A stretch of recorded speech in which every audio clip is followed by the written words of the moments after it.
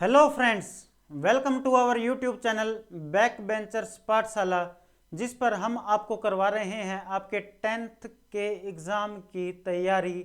और उसी सीरीज़ में हम पढ़ रहे हैं साइंस, और साइंस का चैप्टर हम पढ़ रहे हैं एनसीईआरटी का 12th चैप्टर इलेक्ट्रिसिटी। अभी तक हम electric current, electric charge, potential difference, Ohm's law और हीटिंग इफेक्ट पढ़ चुके हैं पिछली वीडियोस में। अभी तक आपने वो वीडियोस नहीं देखी हैं तो पहले वो वीडियोस जाके देख लीजिएगा। चैनल सब्सक्राइब नहीं किया है तो चैनल को सब्सक्राइब कर लीजिएगा। वीडियो अच्छी लगे तो शेयर कीजिएगा, लाइक कीजिएगा, कमेंट कीजिएगा। सो ज़्यादा टाइम न लेते हुए हम करते हैं तैयारी। और आज का इलेक्ट्रिसिटी चैप्टर में हमारा टॉपिक है registers in series. Registers in series में हम पढ़ेंगे कि कैसे रेजिस्टेंस को सीरीज में लगाया जाता है और उनको सीरीज में लगाने की वजह से करंट पे क्या फर्क पड़ता है, वोल्टेज पे क्या फर्क पड़ता है। तो उन सब चीजों के बारे में हमें इसमें पढ़ना है। तो रेजिस्टेंस की प्रॉपर्टी आप लोगों को पता है, पिछली वीडियो में हम देख चुके हैं कि किस किस पे डिपेंड करता है। अब यहाँ पे हम देखते हैं कि यहाँ पे एक जो हमने सर्किट है उसको कंप्लीट किया है, बैटरी लगाई है, स्विच लगाया है, एमीटर लगाया है करंट को मेजर करने के लिए, वोल्ट मीटर लगाया है वोल्टेज को मेजर करने के लिए।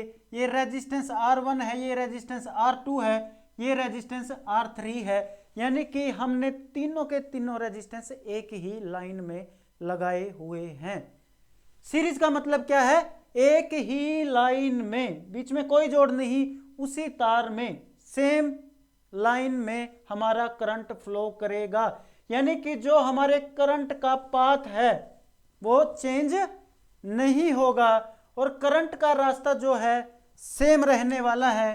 सबसे पहले जब करंट सप्लाई किया तो हमने यहां पे करंट मेजर किया एमीटर में।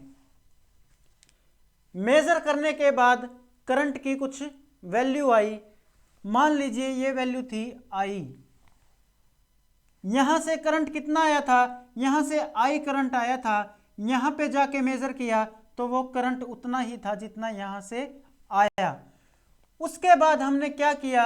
उसके बाद हमने एमीटर को यहां से उतार के और यहां पे लगा दिया। और यहां पे लगाने के बाद जब हमने मेजर किया करंट को तो हमें करंट की एक वैल्यू मिली और वो भी क्या थी? आई। यानी कि करंट की वैल्यू पे कोई फर्क पड़ ही नहीं रहा। उसके बाद जब हमने मेजर किया कि यहां पे एमीटर को रखा और करंट की वैल्यू को मेजर किया तो यहां पे भी करंट की वैल्यू आई। यहां पे एमीटर को रख के मेजर किया तो यहां पे भी करंट की वैल्यू आई। तो हर जगह करंट की वैल्यू सेम आ रही थी। तो हमने देखा जो सीरीज में अगर हम रेजिस्टर लगाते हैं तो आई क्या होता है? सेम। आई क्या होता है? Same in every part of circuit. Circuit के हर एक पार्ट में जो करंट है वो क्या रहेगा? सेम। यानी कि करंट की वैल्यू चेंज नहीं होती। यहां पे जब मान लो रेजिस्टेंस R और रेजिस्टेंस R2 के बीच में रख के मापा गया तो करंट की वैल्यू तब भी वही थी जो यहां पे वैल्यू थी, जो यहां पे वैल्यू थी, या जो यहां पे वैल्यू थी। अब करंट की तो इसमें कोई बात रही ही नहीं सीरीज में, क्योंकि करंट अपना रास्ता बदल ही नहीं रहा। अब हम बात करते हैं V की। ध्यान रखना, हमें I और V का ही रिलेशन बनाना है। तो V की क्या है? V हमें पता है क्या होता है? Potential difference. उसको डिनोट करते हैं V से, और V को वोल्ट बोलते हैं। वोल्ट होती है यूनिट मेजर करने की, किसको? Potential difference between two terminals. हमने सबसे पहले यहां पे पूरे के पूरे सर्किट में वोल्ट मीटर लगा रखा था। जब यहां पे मैंने पोटेंशियल डिफरेंस मापा तो उसकी वैल्यू V ही आई। ये वैल्यू V आई। मैंने क्या किया फिर? मैंने ऐसे ही क्या किया, इसको यहां से हटा दिया और इसको यहाँ पे रख दिया, एक वोल्ट मीटर मैंने यहाँ पे लगा दिया, दूसरा वोल्ट मीटर मैंने यहाँ पे लगा दिया और तीसरा वोल्ट मीटर मैंने यहाँ पे लगा दिया। यानी कि ये V1 है, ये V2 है और ये V3 है। जब मैंने R1 पे पोटेंशियल डिफरेंस मापा तो वो आया V1। जब मैंने R2 पे पोटेंशियल डिफरेंस मापा तो वो आया V2। कितना? V2। और जब सिमिलरली यहां पे मेजर किया तो वो आया V3। करंट सेम था बट पोटेंशियल डिफरेंस अलग अलग था। यहां पे जब मैंने इसको देखा V1, V2, V3 ये अलग अलग थे और ये V क्या है, जब मैंने ध्यान से देखा तो मैंने पाया कि जो V1, V2 और V3 इंडिविजुअल पोटेंशियल डिफरेंस था वो किसके इक्वल था? V1 plus V2 plus V3। ये वाली बात कैसे है? क्योंकि हमें एक बात पता है, ये मैंने कहां से लिख दिया, हमने पढ़ा था ओम्स लॉ के अंदर हमारा एक formula V is equal to I R. V is equal to I are.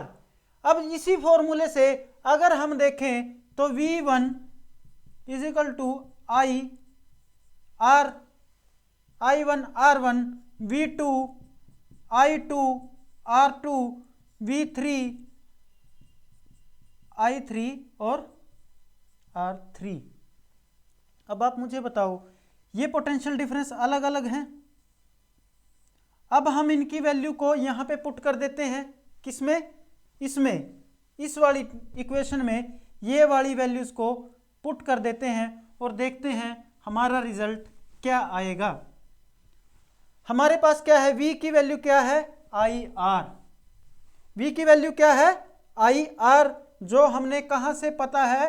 Ohm's law से।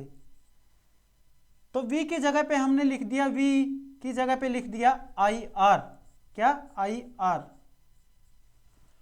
और V1 की जगह पे लिख दिया I1 R1। और V2 की जगह पे लिख दिया I2 R2, I2 R2। और V3 की जगह पे लिख दिया I3 और R3। हमें पता है कि जो करंट है वो हर जगह क्या है? सेम है। तो यहां पे मैं I को I1 लिखने की बजाय I1 ही रहने देता हूं, I2 लिखने की बजाय I ही रहने देता हूं, I3 लिखने की बजाय I ही रहने देता हूं, क्योंकि हर जगह इसकी वैल्यू क्या है? सेम।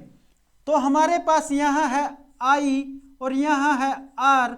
मैंने यहां से I कॉमन निकाला और अंदर रह गया R1, R2 और R3। और ये I से I कट गया। जब ये हमारा कट गया तो हमारे पास सिर्फ ये बच गया, R1 प्लस R2 और प्लस R3। और यही इसमें नीचे S लिखते हैं। S का क्या मतलब है? कि हमारे जो रेजिस्टर्स हैं वो सीरीज में कनेक्टेड हैं। और इसका मतलब क्या होता है? ये होता है हमारा इक्विवेलेंट रेजिस्टेंस। क्या? Equivalent resistance.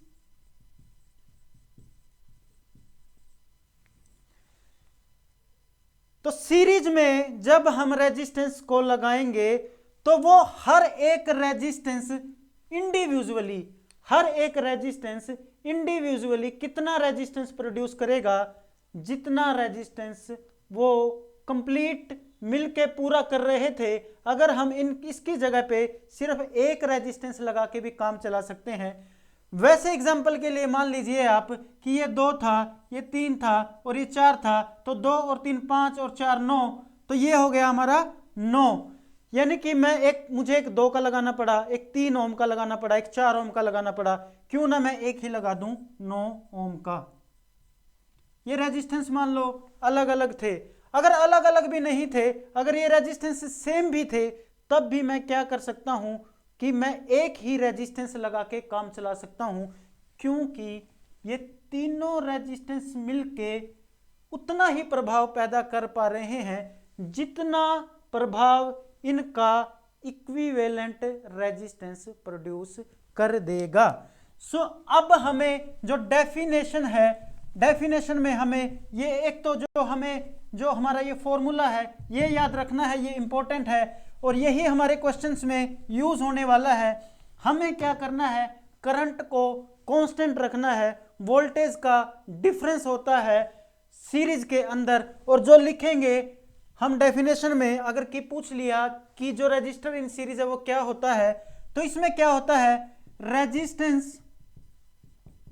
Resistance R joined, या फिर हम लिख सकते हैं सेवरल, बहुत सारे several resistance R joined in series.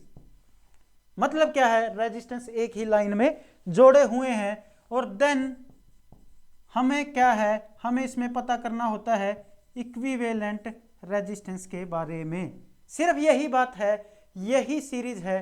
Series में करंट कभी चेंज नहीं होता, चेंज क्या होती है, वोल्टेज चेंज होती है, ये ध्यान में रखना है।